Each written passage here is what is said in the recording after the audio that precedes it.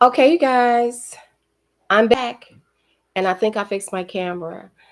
So, I'm just coming back because I'm trying to get this right. And I just want to get it right before I decide to go live and do a whole hour's worth of content just to find out that you guys can't even see me. But okay, so this one's going to be even shorter than the one before. But once again, I'm Nikki. I'm live on Voice and Value, and I am so excited to be here. I don't think anyone else is live right now, so I figured this would be a good time to come and just kind of figure things out, and perhaps you guys could figure it out with me. But yeah, so I don't even have anything to talk about. So what y'all want to talk about? Yep. So anyway, what I did before, I'll tell you what I did wrong, and then hopefully I won't make that mistake the next time. What I did was I had it on a stream because I thought, okay, if I'm live streaming, I need to say stream a video. Well, it appears that live streaming is if I have a live stream software like StreamYard or what is the other one, Restream or something like that. And so I guess I may want to purchase one of those streaming software so the next time I do go live, I'll be able to use that. But then I do know that I can go live straight here on YouTube, and I just have to use my own laptop camera. I don't really like the camera. I don't like, kind of like what I'm seeing right now, but it's okay. This is just my first, well, actually, this is my second time now going live. And I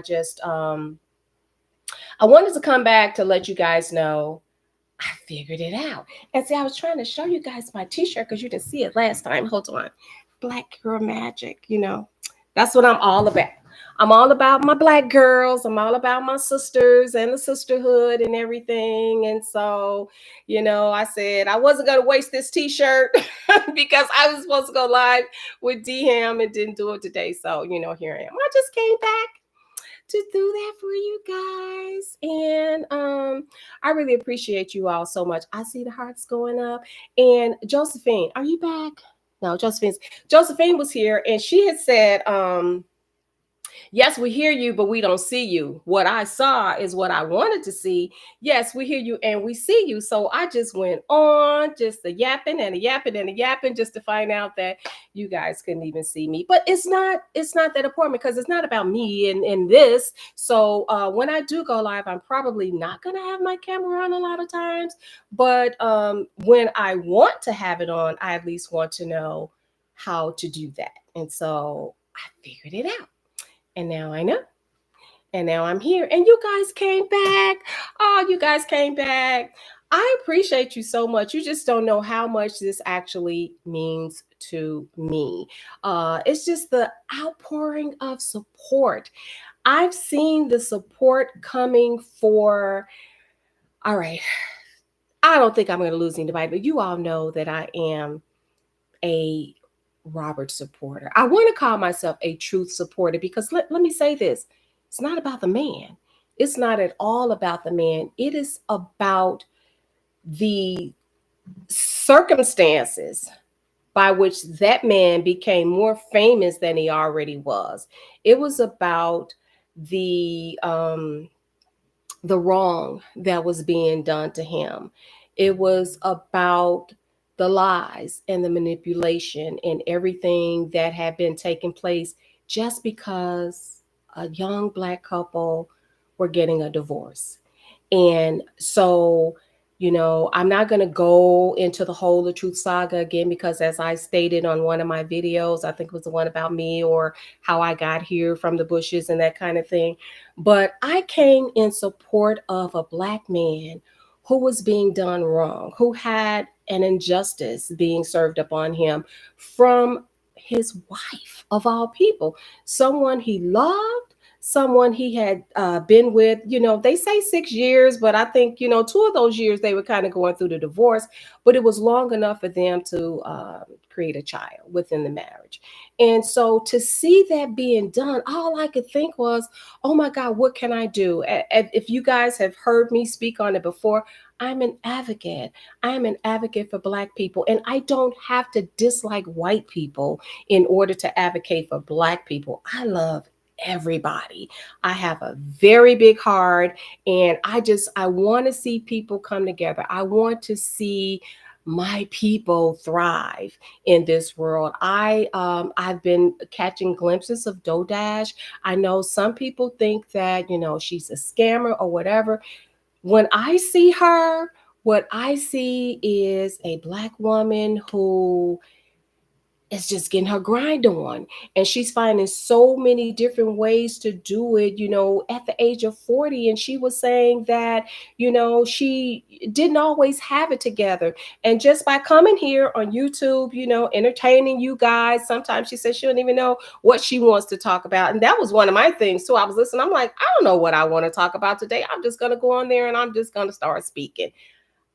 I am a chatterbox. I promise you I am. But so I'm listening to Dodash and I'm like, wow, see, she can inspire so many people to look beyond their circumstances and be able to get to the bag. I mean, because, let's be honest, people who are putting content out here, going live for hours, they want to get to the bag. And she's showing how she was able to do that by not even really going live. She was just doing like I've been doing, just creating content, making videos, putting them out there, and people like her content and they just start following her. But to be able to make I forget how much she says she's making, but it's like upwards of $8,000-$10,000 a month on YouTube, just posting content about herself. You would be surprised at how many people are interested in your story.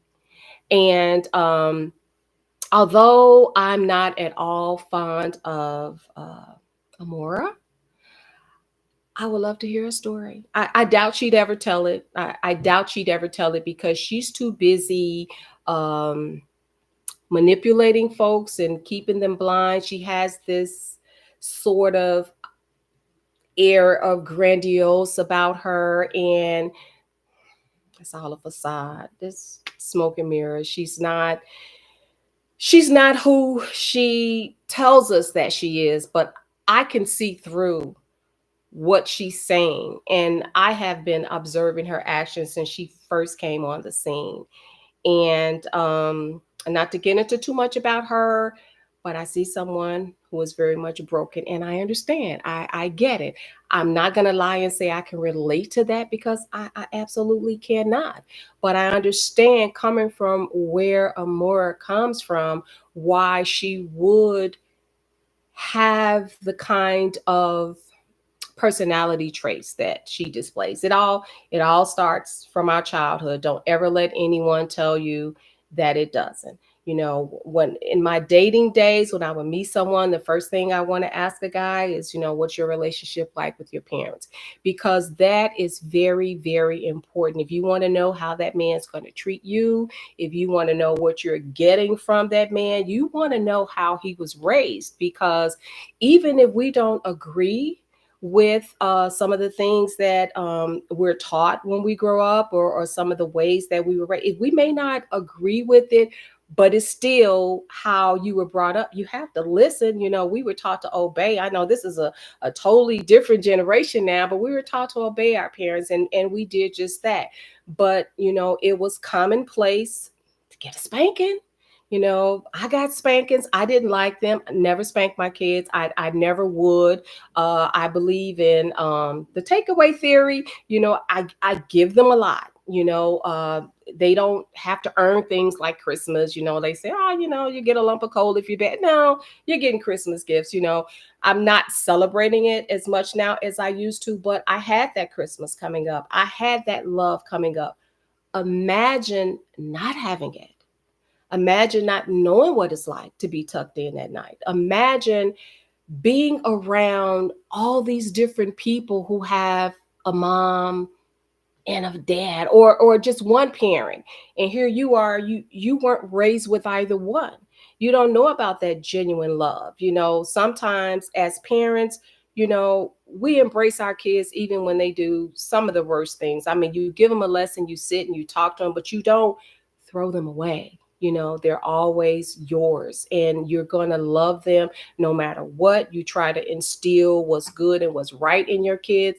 And then if you're a child who didn't have that and you're brought up through the foster care system, and this is not for me to talk bad about the foster care system, because it's obviously a space that's needed, because some people, for whatever reason, they give their kids up. And I think that's better than abusing them. So they give their kids up, and their kids are depending on strangers to raise them. And so if they have someone telling them, oh, your mama didn't love you, your daddy didn't love you, why wouldn't they believe that?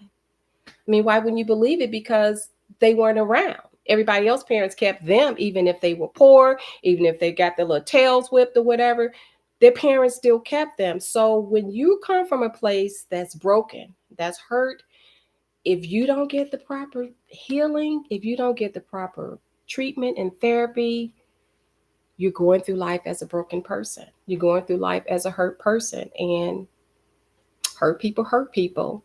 And I see so much of that within the Latruth saga, and it pains me, to see not only that happening with someone like Amora at the helm, but the fact that you have so many people following that, so many people being okay with that kind of behavior. But again, they're following, they're likely broken as well.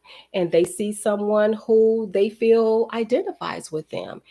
And the leader is usually the strongest person, the person with the most experience. And that experience is pain. That experience is abandonment. That experience is lies and deception. And so, who's the best one to do that? Jeremica and Amora. And what they have created is something that's extremely dangerous. And we've all been witnessing this over a couple years now. And so, I'm not gonna lie, I was in the kitchen, I was cooking during the bad session, and I was listening. And I ain't gonna sit in line and tell you I didn't laugh at some of that stuff, because I did, but I couldn't allow myself to engage in it, because although we may feel that Amora is very deserving of that, because she's been so horrible. She's been so horrible throughout this saga. And but it's not going to change her. I just want you to know that it's not going to change anything. She's still going to be who she is. She doesn't think she's wrong, and because she's money driven, as long as she's getting money, you will continue to see her do what she's been doing.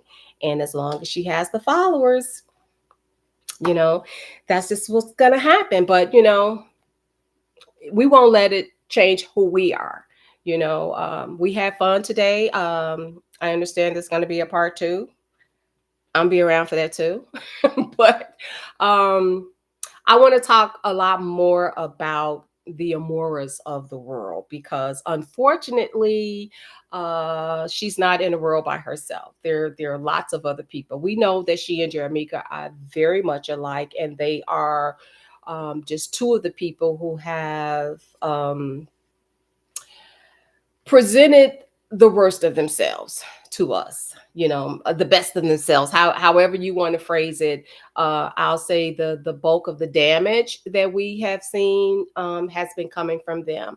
It's really unfortunate that she's training more people to get to the bag the way she's gotten it, because the way she's getting it is by harming people, by telling lies and being deceitful and being manipulative. And so she's training people, unfortunately, to do exactly what she's been doing. And so you're going to see many Amoras. I mean, you already see, people like the Genies of the world, the Ashley D's of the world. They want to get to the bag the way Amora's getting to the bag. And but at all costs, it's like you have to have some type of, what am I trying to say? You have to draw a line in the sand. You can't just say, I'm going to do this at all costs. I don't care who I hurt. I don't care who I use. I don't care who turns away from me because I've destroyed this relationship, because at the end of the day, I'm getting what I want, and what I want is money. Money is the root of all evil. It's the love of money that's the root of all evil. And if she doesn't love anything or anyone, she loves money. But it can't be that important. You can't take it with you. I know you've heard that. I know you've heard that a lot of times. It's just money and you can't take it with you.